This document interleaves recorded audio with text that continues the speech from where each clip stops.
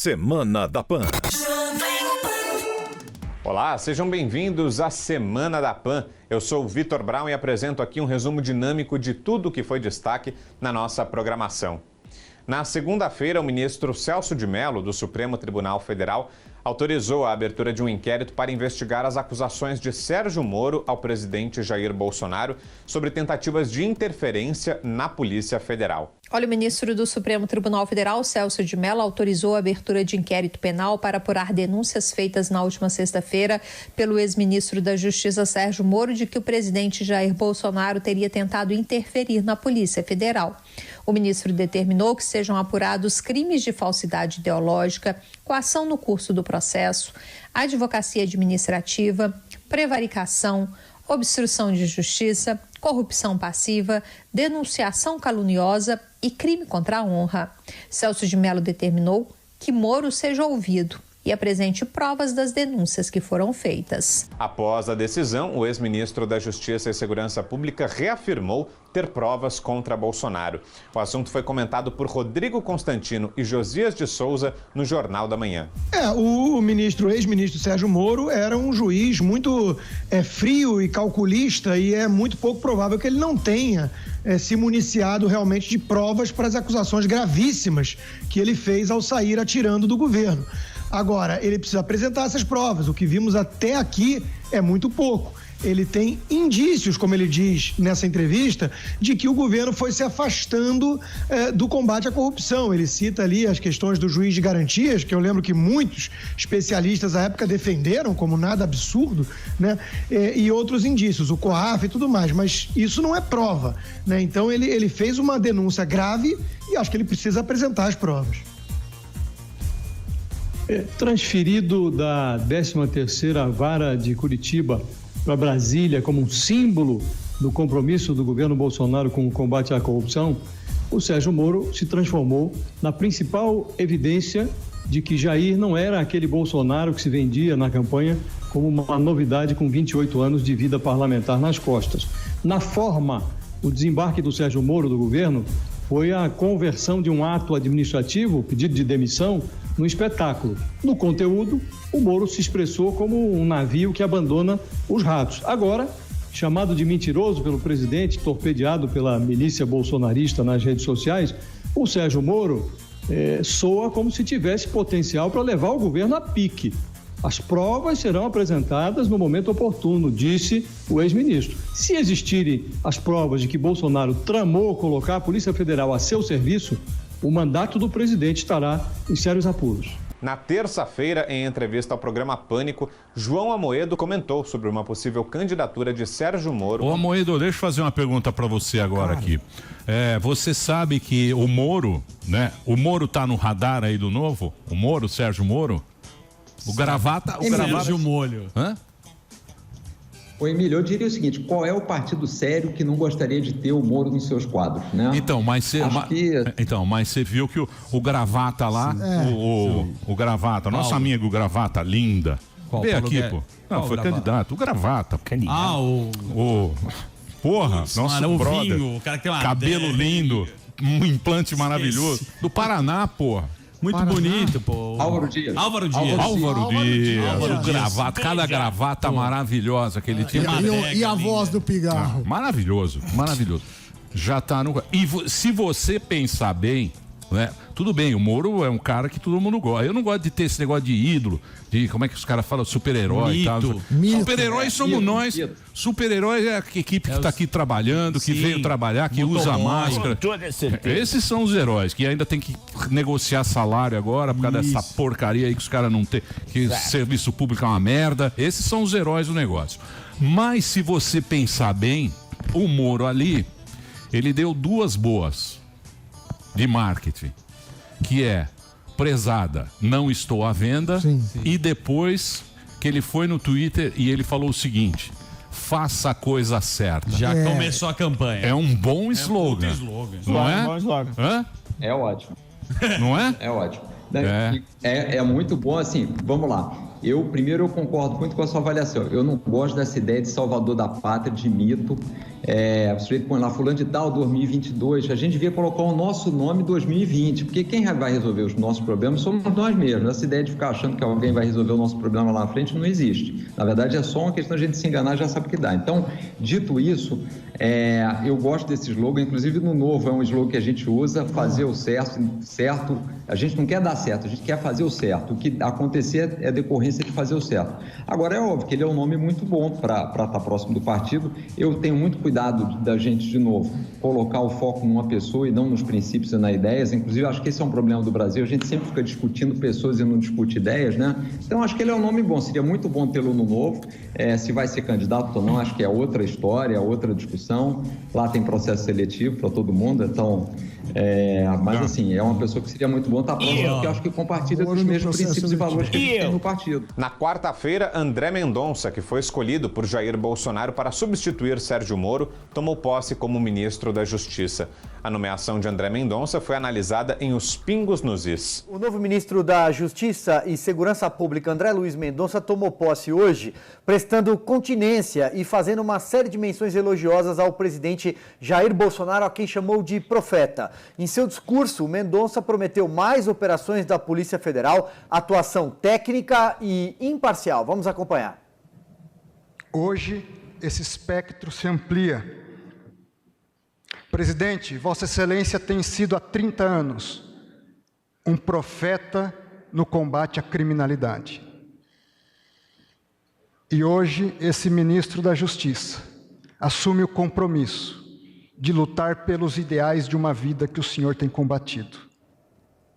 Olha, o novo ministro começou a sua fala fazendo uma homenagem também ao ministro da Secretaria-Geral, Jorge Oliveira, nome que foi inicialmente cotado para assumir o Ministério da Justiça quando Sérgio Moro deixou a pasta na semana passada. Mendonça tomou posse ao lado de José Levi, que agora é o novo advogado-geral da AGU, da União. Participaram da cerimônia presidentes do Supremo Tribunal Federal, o ministro Dias Toffoli, do STJ, João Otávio Noronha, e o ministro Gilmar Mendes, além do governador do Distrito Federal, Ibanez Rocha. Começo com você, Zé Maria Trindade. Lembrando que foi uma solenidade cheia, não como as anteriores, mas uma solenidade cheia, né? O palácio esteve cheio de pessoas que foram lá, afinal, seriam 3 posses. Acabaram 2 posses, né? Olha, o doutor André Mendonça, ele é um especialista em combate à corrupção. Ele tem trabalhado nesse sentido e pegou uma boa experiência na Advocacia Geral da União, como advogado-geral da União, e uma convivência muito boa no Supremo Tribunal Federal.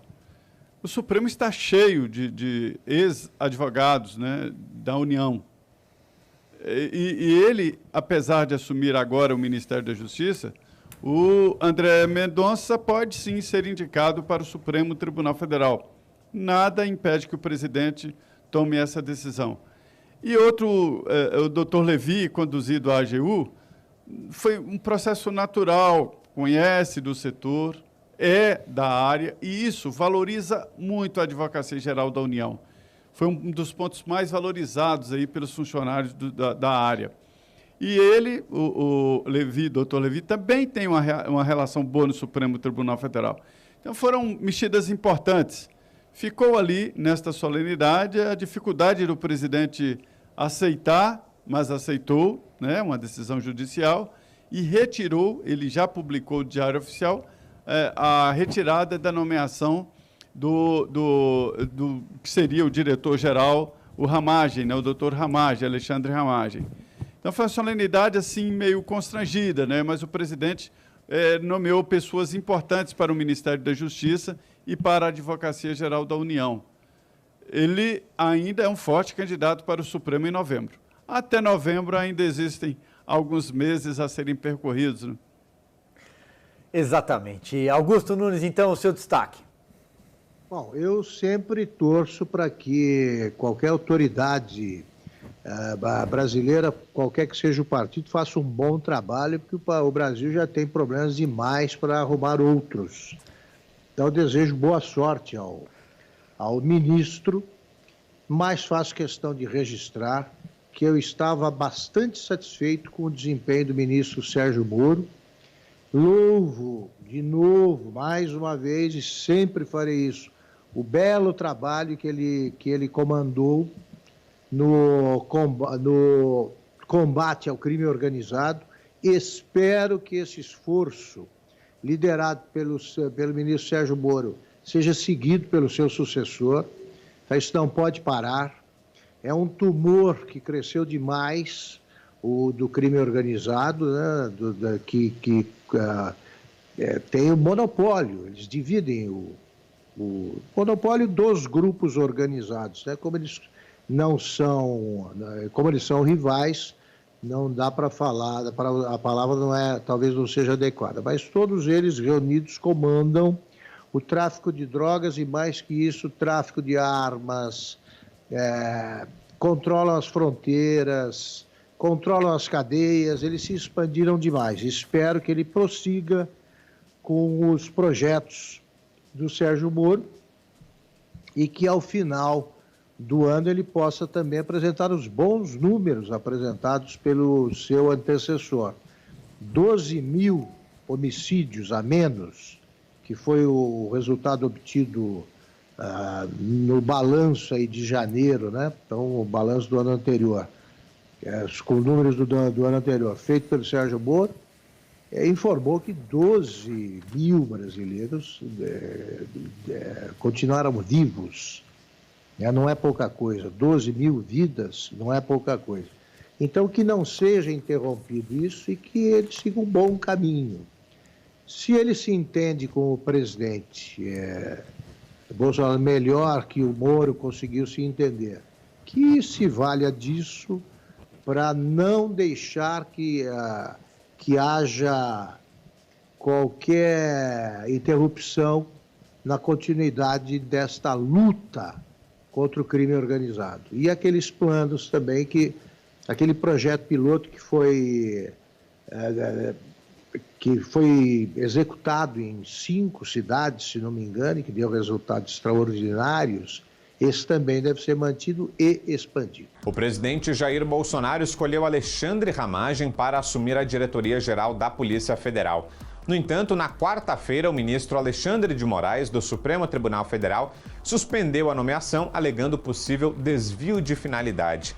A decisão foi discutida no programa 3 em 1. O presidente Jair Bolsonaro tornou sem efeito na tarde de hoje o decreto que nomeou o delegado Alexandre Ramagem como diretor-geral da Polícia Federal. A reversão do ato foi publicada em edição extra do Diário Oficial da União. O texto atende a uma decisão do ministro do Supremo, Alexandre de Moraes, que suspendeu nesta quarta-feira a indicação de Ramagem e apontou possível desvio de finalidade na decisão de Jair Bolsonaro. O magistrado atendeu a um pedido do PDT, que impetrou um mandado de segurança na corte contra a nomeação.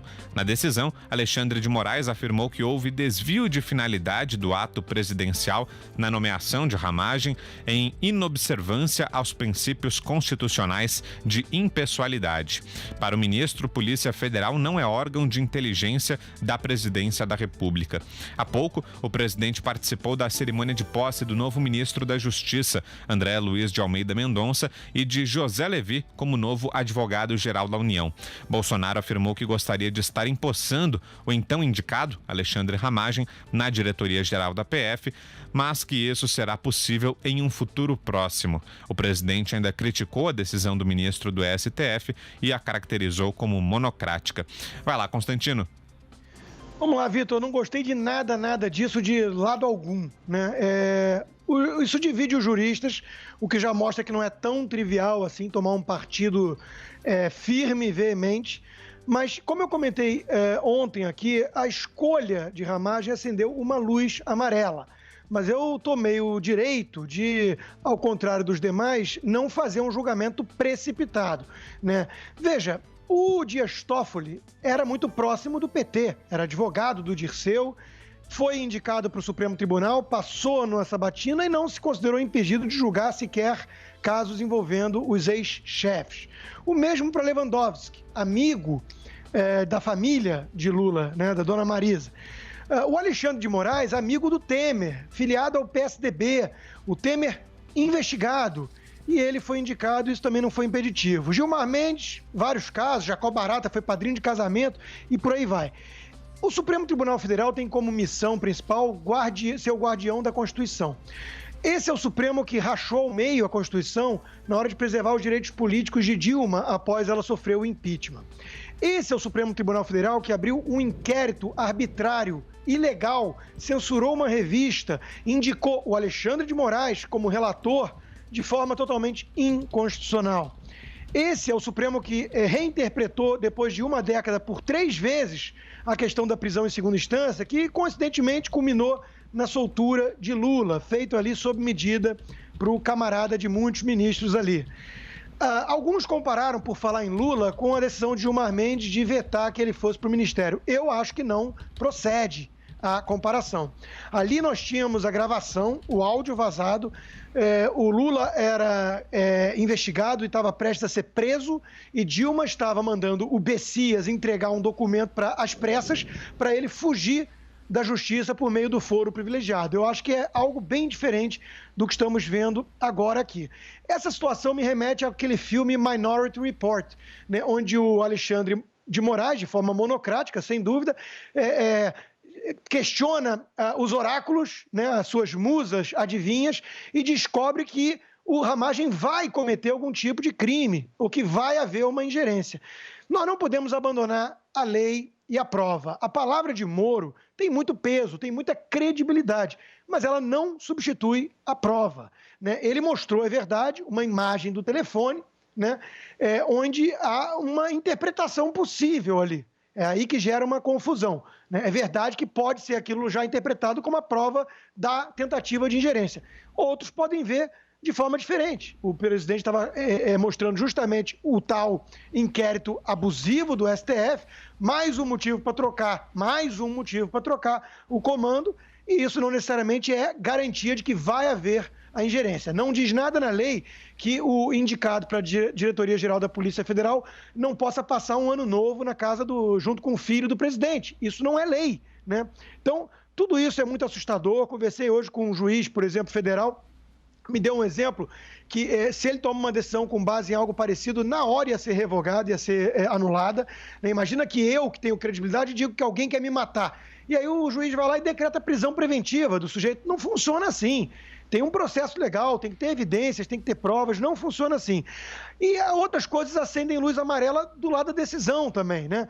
O segundo lugar da Polícia Federal que assume é o Disney Rossetti, ligado ao PSDB, amigo de Alexandre de Moraes. Ficaram amigos, ficaram próximos ali em atuações em São Paulo, né?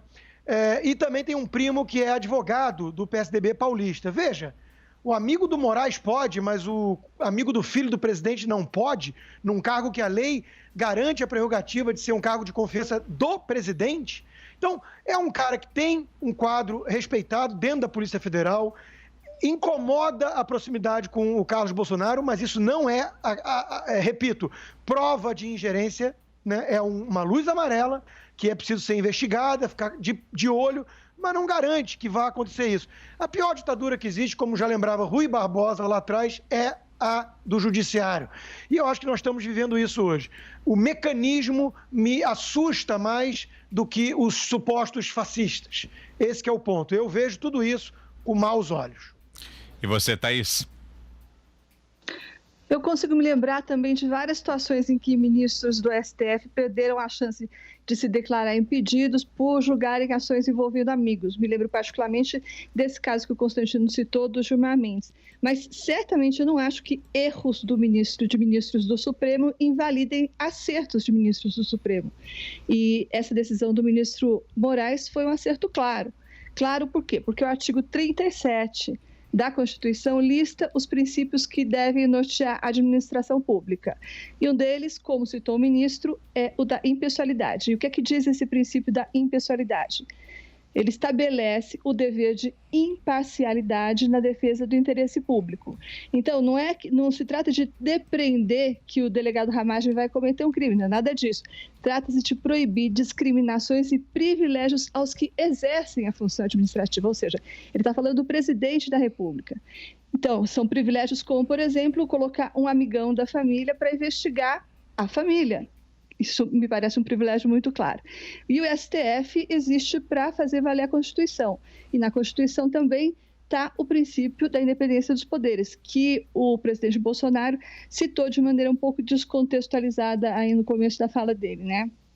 Então, esse princípio da independência dos poderes coloca como dever do Poder Judiciário verificar o cumprimento das leis pelo Executivo e pelo Legislativo. É o famoso sistema de checks and balances ou freios e contrapesos. E o que o ministro Moraes fez agora foi pôr um freio na tentativa do Executivo de cometer uma ação inconstitucional. Isso é Montesquieu, para que o abuso de poder não ocorra, diz ele, é necessário que o poder freie o poder. Então foi isso, foi uma simples ação e uma aplicação do princípio de freios e contrapesos. Eu acho que não tem nada de errado e acho que merece aplausos. E o fato de ministros terem condutas repreensíveis não invalida os momentos em que eles acertam. Um bastidor aqui que eu apurei no Palácio, para encerrar. O presidente Bolsonaro ficou furioso com a decisão do ministro Alexandre de Moraes. E tão furioso ele ficou que no Palácio, gente importante do gabinete dele, hoje de manhã, chegou a se exaltar a ponto de lembrar da famosa frase do Eduardo Bolsonaro, o filho 03 do presidente, aquela que dizia que para fechar o STF bastava um cabo e um soldado. Para quem não se lembra, o deputado Eduardo Bolsonaro disse isso em 2018, depois que ele foi perguntado num encontro, numa videoconferência, se o Exército poderia interferir no caso de o então candidato, Bolsonaro era candidato e já era favorito, se o Exército poderia interferir no caso de o STF impedir a posse do candidato Bolsonaro. Então ele disse isso, que bastava um cabo e um soldado, e essa frase foi hoje lembrada no Palácio. Tais eram os ânimos. E bombeiros de sempre agiram depois e o presidente Bolsonaro foi convencido que não era hora de espernear, mesmo porque ele perderia no plenário do Supremo se o caso fosse levado até lá. Agora, o que a gente pode dizer? Podemos certamente esperar novas manifestações, ruidosas manifestações contra o STF e forte mobilização nas redes sociais, porque o presidente Bolsonaro não vai desistir e vai fazer o de sempre. Sempre quando ele se sente encurralado pelas instituições, ele vai e apela para o que ele chama de povo. Vai lá, Josias. Convém não confundir com uma recaída de bom senso essa decisão do presidente Bolsonaro de desnomear o Alexandre Ramagem para o posto de diretor-geral da Polícia Federal nas pegadas dessa decisão do Supremo. O presidente ainda não caiu em si. Ele tinha decidido recorrer contra a decisão do ministro Alexandre de Moraes, que brecou a posse do Ramagem na PF, com uma decisão liminar, provisória, portanto. O Bolsonaro recuou momentaneamente por uma razão estratégica, que confirma as suspeitas em relação à movimentação dele. Enquanto o recurso que o Planalto impetrasse no Supremo não fosse julgado, continuaria dirigindo a Polícia Federal o número 2 do órgão, que é o delegado Disney Rossetti, que é um homem de confiança de Sérgio Moro. Por isso lá estava como número 2 da Polícia Federal e continua. Então, o Bolsonaro corre agora contra o relógio. Ele tem pressa para escolher um novo chefe da Polícia Federal, porque, do contrário, o interino Rossetti vai participar da escolha do delegado que vai comandar o inquérito aberto por outro ministro do Supremo, Celso de Mello, para apurar a acusação do Sérgio Moro de que o presidente da República trama submeter a Polícia Federal aos seus interesses pessoais. Na prática, o Bolsonaro foi cercado pelo Supremo. O Alexandre de Moraes é relator de 2 processos que interessam diretamente ao presidente. Num deles, que é sobre fake news, que foi aberto ilegalmente pelo presidente do Supremo, Dias Toffoli, são investigados os filhos do presidente, sobretudo o Carlos Bolsonaro. Noutro inquérito sobre manifestações antidemocráticas, o próprio Bolsonaro compõe o pano de fundo, porque ele discursou num desses atos. Antes de barrar a posse do Ramagem, o ministro Alexandre de Moraes já havia ordenado à Polícia Federal que não deslocasse as equipes que tocam os inquéritos relatados por ele. Portanto, ele sabe o que está por vir. A despeito do cerco, o Bolsonaro reafirmou as suas intenções agora na cerimônia de posse do novo ministro da Justiça, o André Mendonça. Ao discursar, o presidente disse que ainda vai realizar o sonho de colocar o amigo da família Bolsonaro na chefia da Polícia Federal. Disse isso numa cerimônia em que estavam presentes o presidente do Supremo, Dias Toffoli, e o ministro Gilmar Mendes. Se o Bolsonaro insiste na nomeação do Ramagem, ele vai ser derrotado no plenário do Supremo, porque está se formando na corte uma sólida, uma densa maioria em torno da tese, segundo a qual é preciso proteger a Polícia Federal das investidas do Bolsonaro. Na prática, o Bolsonaro vai se tornando desastroso até como investigado. A Constituição dá aos investigados o direito de não produzir provas contra si, mas o Bolsonaro insiste em produzir evidências que confirmam a acusação feita contra ele. E não é uma acusação feita por um inimigo, é uma acusação feita por alguém que ele até ontem idolatrava. Era o seu ministro idolatrado da Justiça, Sérgio Moro. Na quinta-feira, o presidente Jair Bolsonaro criticou publicamente a decisão do ministro Alexandre de Moraes do STF. Para o presidente Jair Bolsonaro, o ministro do Supremo Tribunal Federal, Alexandre de Moraes, tomou uma decisão política ao barrar a ida de Alexandre Ramagem para o comando da Polícia Federal.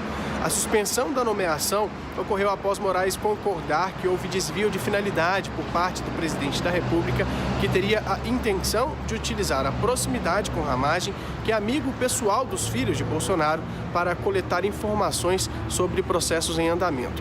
O magistrado também levou em consideração aquelas alegações do ex-ministro Sérgio Moro de que o presidente tentaria interferir politicamente na PF. Ao deixar o Palácio da Alvorada na manhã de hoje, Bolsonaro afirmou que a nomeação de Alexandre de Moraes por Michel Temer para o Supremo também foi por amizade aí com o ex-presidente. Lembro que Moraes foi ministro da Justiça do governo Temer. Bolsonaro questionou o fato de a decisão judicial impedir Ramagem de assumir o comando da Polícia Federal e não falar nada sobre ele permanecer como chefe da Agência Brasileira de Inteligência, a ABIN. Agora eu pergunto ao Alexandre de Moraes, o senhor vai retirar o Ramagem da ABIN, que é tão importante quanto o diretor-geral da Polícia Federal? Se ele não pode ir para a PF, ele não pode ficar na ABIN. Senhor Alexandre de Moraes, aguardo de Vossa Excelência uma canetada para tirar o Ramagem da Agência Brasileira de Inteligência, para ser coerente. Bom, Lívia, Bolsonaro diz esperar que a decisão do tribunal sobre o recurso da AGU seja tão rápida quanto a que suspendeu a nomeação de Ramagem. Ele afirma que não engoliu o veto de Alexandre de Moraes, o qual diz ter quase gerado uma crise entre os poderes da República. Desautorizar o presidente da República com uma canetada dizendo em impessoalidade, ontem quase tivemos uma crise institucional. Quase, faltou pouco. Eu apelo a todos que respeitem a Constituição.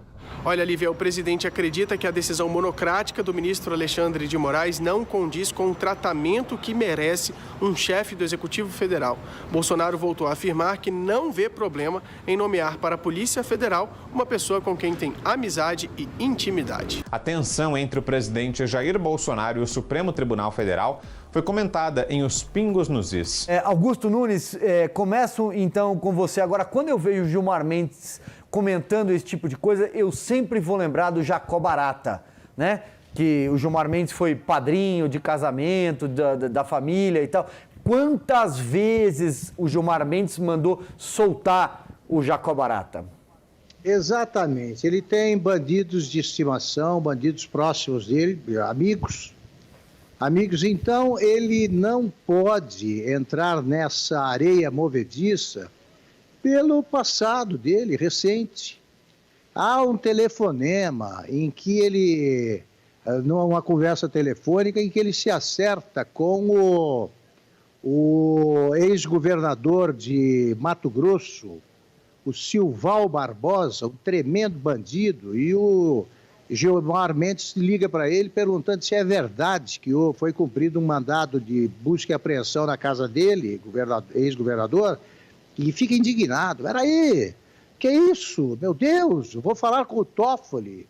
Em outra conversa telefônica, ele promete atender a um pedido do amigo Aécio Neves para solicitar uma determinada mudança de posição de um senador do PSDB do Pará.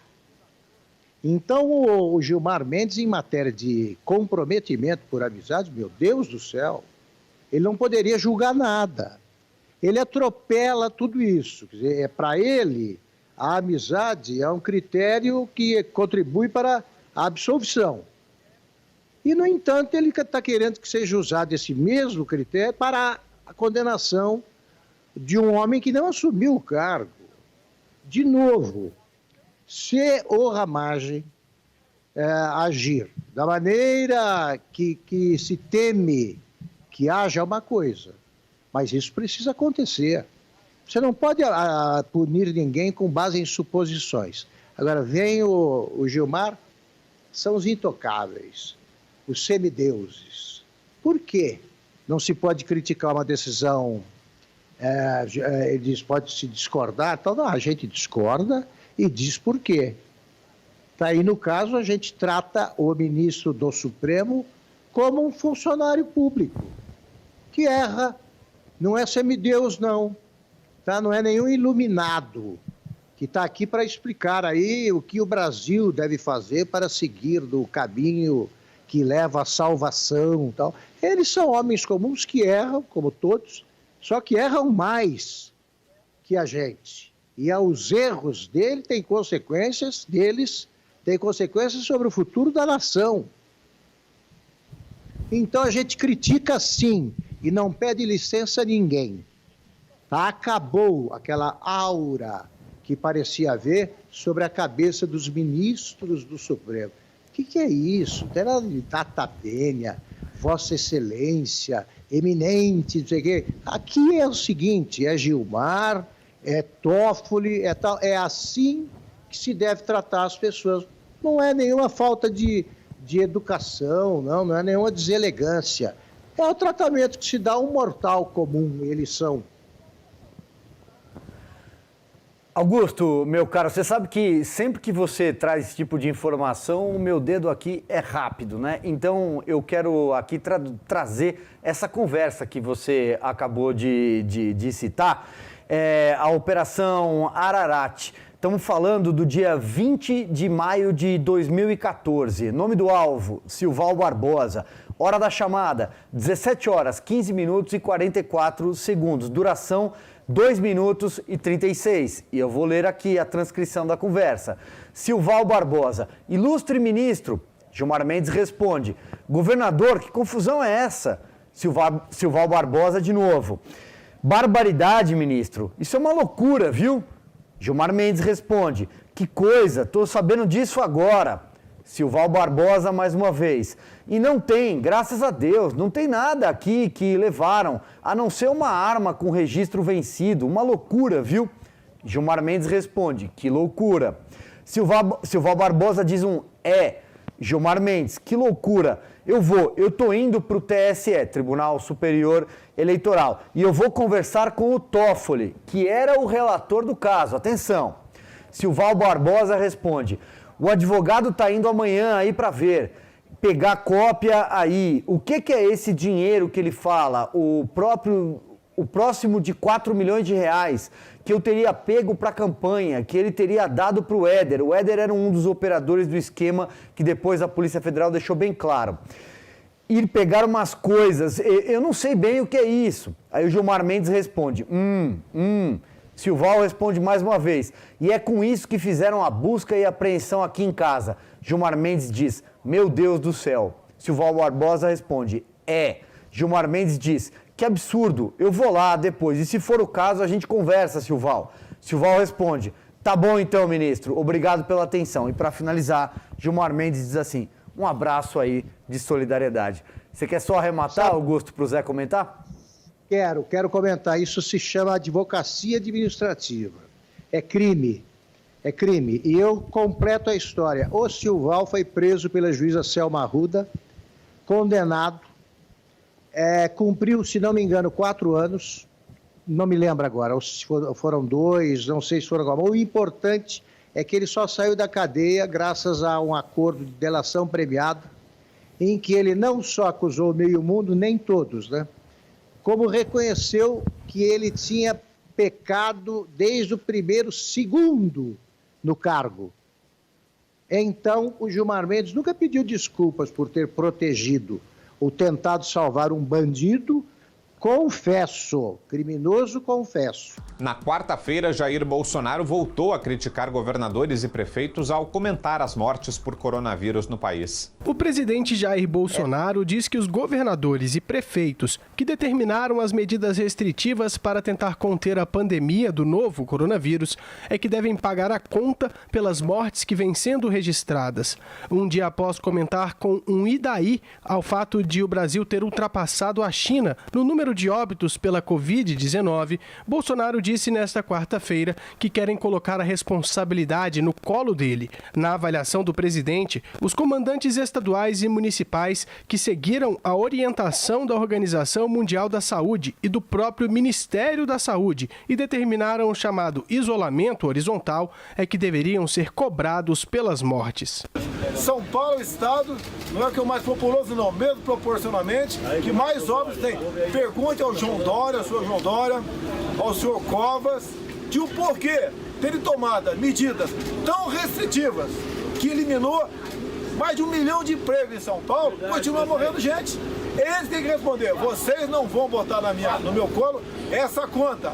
Em contrapartida, o governador de São Paulo, João Dória, pediu respeito ao luto das famílias e aos médicos, enfermeiros e profissionais de saúde que estão na linha de frente no combate ao novo coronavírus. O tucano acusou o presidente de fazer política de perversidade e de atrapalhar quem está tentando controlar a pandemia. Dória cobrou de Bolsonaro que saia do gabinete e visite as cidades mais atingidas pela Covid-19.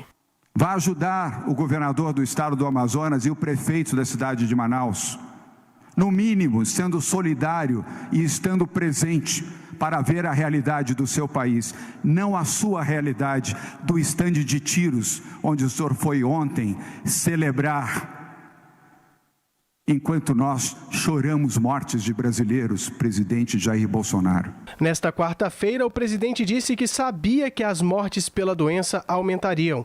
Bolsonaro citou repasses para a área de saúde e o auxílio emergencial de R$ 600, que está sendo pago a trabalhadores informais para garantir que fez tudo o que poderia ter sido feito para minimizar os efeitos da Covid-19 no país.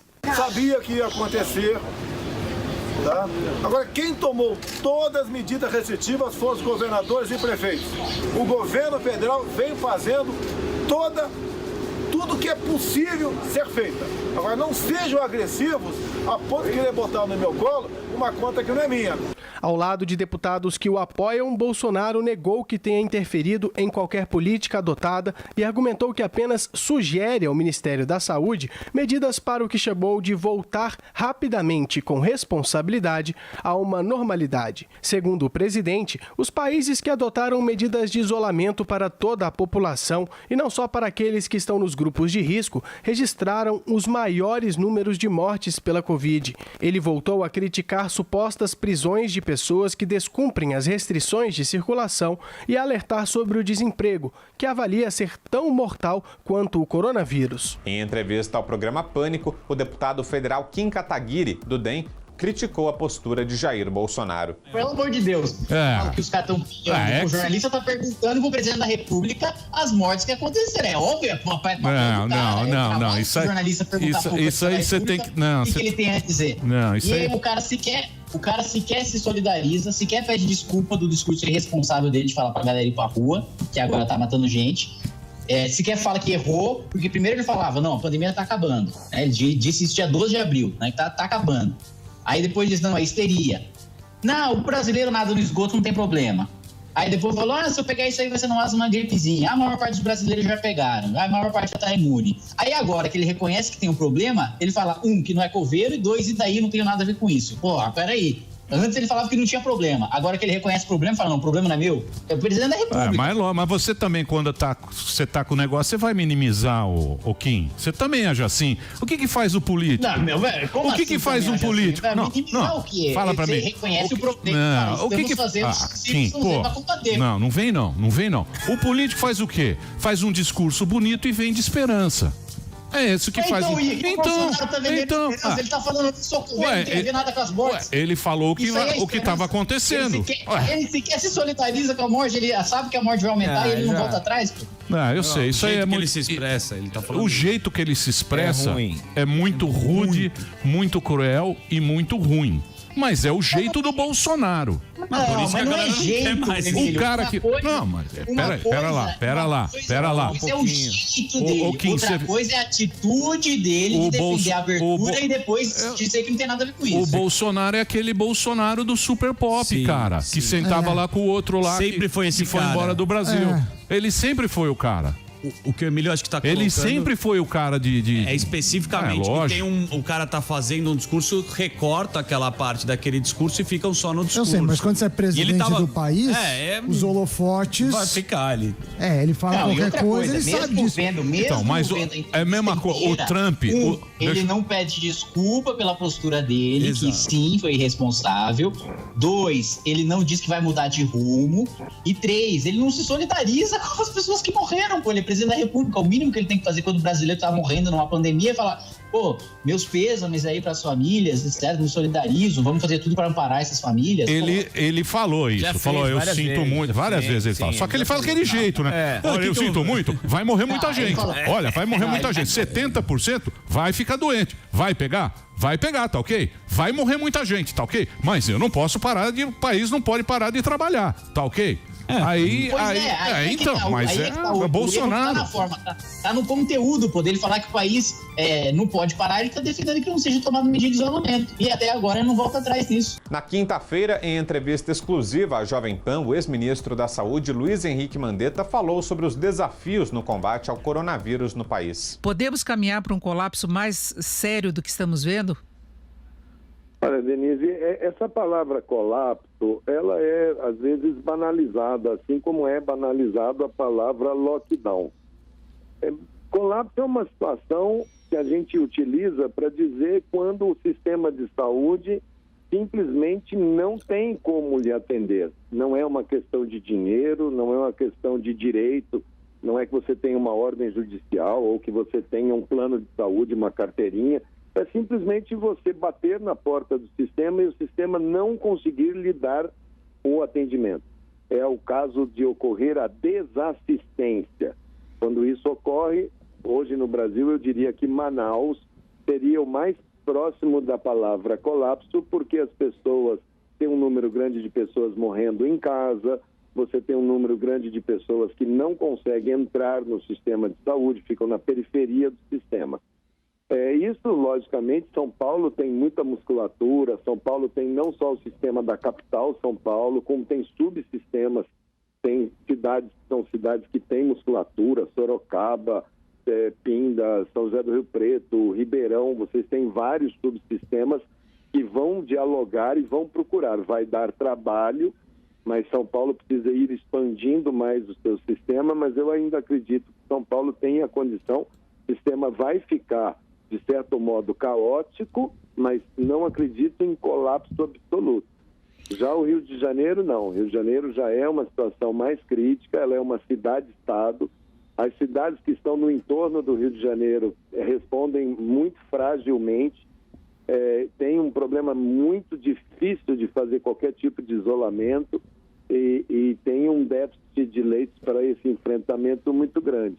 Então, cada lugar, o Brasil é muito variável, cada lugar, cada cidade, cada sistema, cada situação, ela dialoga diferente com a sociedade. Agora, o senhor previa um número de casos bem maior e uma continuidade dessa curva ascendente, pelo menos até meados do mês de maio. O senhor acha que isso pode seguir adiante? Eu acho que não vai mudar. Esse vírus, ele em nenhum lugar do mundo, nenhum presidente, nenhum primeiro-ministro, ninguém, esse vírus não negociou com ninguém. Ele chegou, ele se impôs, ele é fato. As pessoas estão indo a reboque desse vírus. O que a gente tentou fazer foi segurar ao máximo para o nosso sistema poder ter uma maior estrutura. Nós não tínhamos equipamentos de proteção individual, nós tínhamos e temos uma dificuldade muito grande com ventiladores, temos uma dificuldade muito grande com recursos humanos, os médicos, os enfermeiros vão ter que ser treinados, porque as faculdades médicas e de enfermagem brasileira não estão boas, a qualidade do nosso pessoal precisa ser reciclado, o número de especialistas em intensivismo é pequeno, então nós tínhamos uma necessidade de proteger os equipamentos de proteção individual para proteger o maior patrimônio, que são as pessoas que cuidam, os médicos, os enfermeiros, os administrativos, os fisioterapeutas.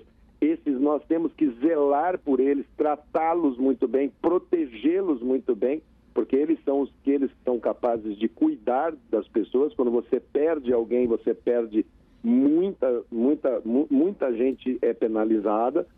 O segundo ponto é organizar muito bem equipamentos, ventiladores, para poder comprar, achar no mercado.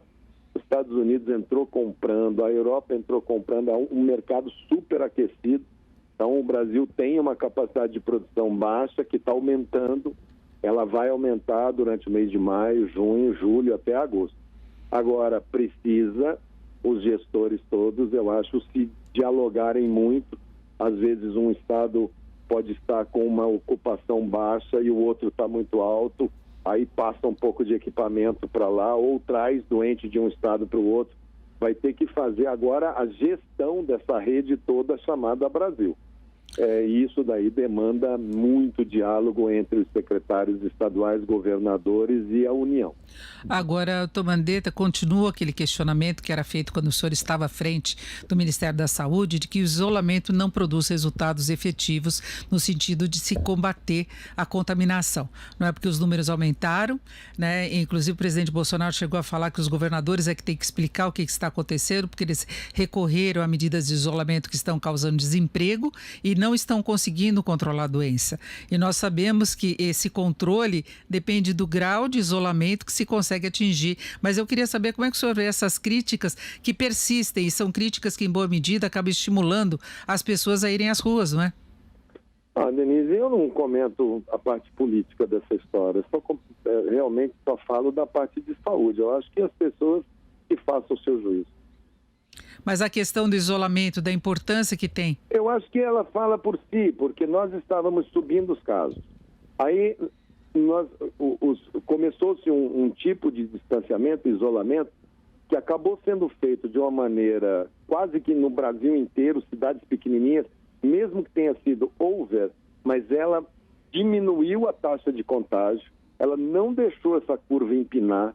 Nós conseguimos viver durante 20 dias com a taxa mais baixa. 2 semanas atrás, exatamente quando eu estava, na semana que eu estava deixando o Ministério, eu ainda comentei numa das últimas coletivas, falei, olha, nós estamos vivendo do que nós fizemos lá atrás. Nós fizemos 2 semanas de um grau de isolamento muito alto. E está dando uma falsa sensação de que quando você se movimenta, está tudo bem. Estamos parando, caiu de 70, caiu para 60, caiu para 50, caiu para 40. Daqui a 2 semanas nós vamos colher o resultado disso que estamos fazendo. Então começamos a movimentar 10 dias atrás, 12 dias atrás. Essa semana que passou agora movimentou bastante, quase todo mundo liberou tudo, está todo mundo andando. Essas filas enormes, porta de banco, que eu estou vendo aí Brasil afora, todo mundo entrando em ônibus, todo mundo andando, todo mundo indo no mercado, assim, a sociedade está se movimentando. Vai colher os resultados disso na semana seguinte. O vírus, ele aproveita muito a dinâmica da sociedade. Então, teremos agora o comportamento que tivemos nos últimos 15 dias, vamos colher os próximos 15. Então, vai haver um aumento do número de casos, sim, por conta do aumento da movimentação da dinâmica social.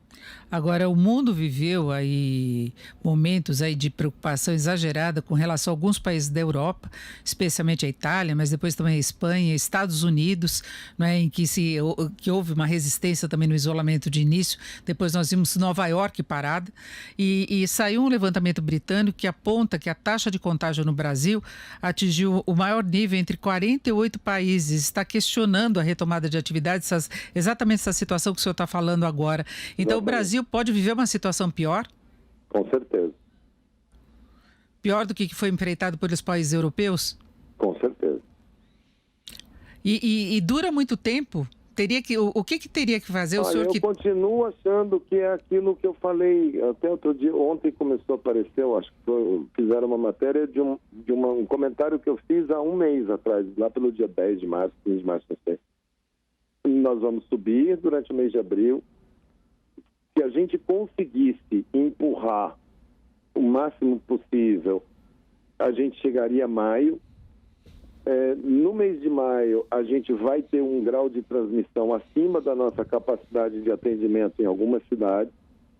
Nós vamos continuar subindo os números maio inteiro, junho inteiro. Julho, nós vamos entrar num platô. Em agosto, nós vamos começar a diminuir. Para em setembro, a gente está voltando num patamar um pouco mais razoável. Agora, é a impressão que a gente tem. Agora, crescendo até junho, o sistema de saúde vai enfrentar uma situação muito mais caótica. O sistema de saúde vai ser muito estressado, com certeza.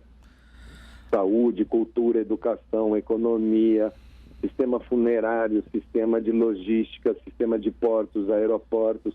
Quando a gente fala da análise, a gente não está falando da análise do vírus individualmente. O colapso, ele muitas vezes não é causado pela doença individual. Ele é causado pelo conjunto de anomalias de trabalho que ocorrem na sociedade. Por exemplo, você tem lá uma senhora que mora sozinha ou mora com outro senhor idoso e tem um cuidador. Aí o cuidador tem coronavírus, não vai, a senhora tem que dar insulina, não sabe como dar, ou toma demais ou toma de menos, ou deixa gás ligado. Isso vai uma bola de neve. Isso vai ocorrendo e vai acontecendo um número grande de situações que acabam, pelo seu somatório, retratarem a situação de colapso. Você pega Manaus. Em média, Manaus tem 22 sepultamentos por dia. Manaus estava fazendo 130 sepultamentos por dia. O número de corona, 20, 25. Vamos somar com os 22 que normalmente morrem. São 45. Os outros 90 que não são corona, mas eles se somam nesse problema inteiro. É a pessoa que está na casa e não tem CTI porque ela teve um infarto. Ela vem a óbito. Isso tudo vai se somando. E você tem esse problema, esse somatório de fatores que traduzem esse problema chamado colapso. Perfeito. Agora, Tomandetta, para encerrarmos, você acha que o Brasil deveria ter endurecido mais de início, alguns estados pelo menos, essa questão da quarentena, da gente decretar lockdown ou fazer isso agora para tentar barrar o avanço da doença e evitar essa situação que o senhor está colocando, inclusive de mortes de outras doenças que não a Covid? É muito difícil você apontar o dedo assim, da gente falar, deveria ter feito assim ou assado. Eu acho que a gente teve as informações, a gente sabia que esses países... a China deu uma informação, a gente tinha uma sensação de que era um vírus pesado. A gente se preparou para um vírus pesado. O vírus pesado é um vírus que não tem grande capacidade de transmissão, porque ela mostrou somente uma cidade, que era Wuhan. O país tem 1,5 bilhão de habitantes, teve 70 mil casos e conseguiu parar com uma quarentena de 4 semanas. O que ela informou sobre Pequim? Nada. O que ela informou sobre as outras cidades chinesas? Nada. 500 casos, 200 casos, 300 casos. Então essa era a impressão que nós tínhamos aqui à distância. Quando a gente viu o Irã ter aquele mega problema, a primeira avaliação que a gente fez foi, mas o Irã, ele sofre embargo econômico, deve estar muito desorganizado. O primeiro país ocidental, com imprensa livre, com ciência, com publicação, que mostrou o colapso abrupto do sistema foi a Itália. Ficou aquela discussão, mas a Itália tem muito idoso, é um país mais idoso, nós somos um país jovem, pode ser que isso não vá acontecer. Aí foi a França, aí foi a Espanha, aí foi a Inglaterra. Opa, São países todos de primeiro mundo. Aí você vai para os Estados Unidos. Os Estados Unidos está lá, o presidente americano estava falando que estava tudo certo, que iam trabalhar normal. De repente, ele sai daquele discurso e entrega de volta o sistema para os profissionais de saúde.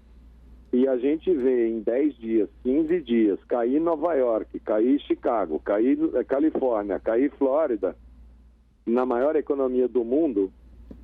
A gente não pode ficar achando que, não, mas aqui não vai acontecer, porque aqui é calor, aqui é trópico, aqui não. O que a gente fez foi dar o máximo de informação. Acho que os governadores foram diligentes. Agora, eu reconheço, é muito difícil, porque as pessoas precisam almoçar, precisam jantar, o empresário está preocupado com o emprego, a pessoa está preocupada com a loja, os pastores querem abrir seus templos, todo mundo acha que o seu trabalho é essencial, né? Afinal de contas, ela está parte dessa engrenagem e muitas vezes é mesmo. E essa pressão depois de 10 dias, 15 dias, que nós ficamos 15 dias, 20 dias, não chegamos a 20 dias que nós conseguimos manter um bom grau de isolamento. Em 3 semanas nós paramos, assim, paramos pela metade. Nós estamos pela metade. E agora nós vamos atravessar, muito provavelmente, o que a gente poderia atravessar mais devagar, para dar mais tempo para o sistema se organizar, para não ter tantos casos em paralelo ao mesmo tempo, capaz da gente tê-los todos à vista. Feito, nós conversamos aqui com Luiz Henrique Mandetta, ex-ministro da Saúde. Doutor Mandetta, muito obrigada pela sua participação aqui no Jornal Jovem Pan. Uma boa tarde.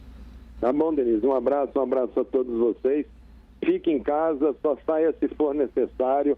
E minha solidariedade total a São Paulo, ao prefeito Bruno Covas. Ele tem sido muito responsável, muito correto, e eu tenho certeza que a equipe técnica da prefeitura e do estado daí vão tomar as melhores medidas, aquelas que são necessárias para proteger a sociedade paulista, e contem sempre comigo. Se eu puder fazer, estou à disposição. Você acompanhou aqui a Semana da PAN, o resumo de tudo que foi destaque em nossa programação. Para mais informações, acesse jp.com.br. Um grande abraço e até semana que vem. Todos os destaques da semana. Semana da PAN.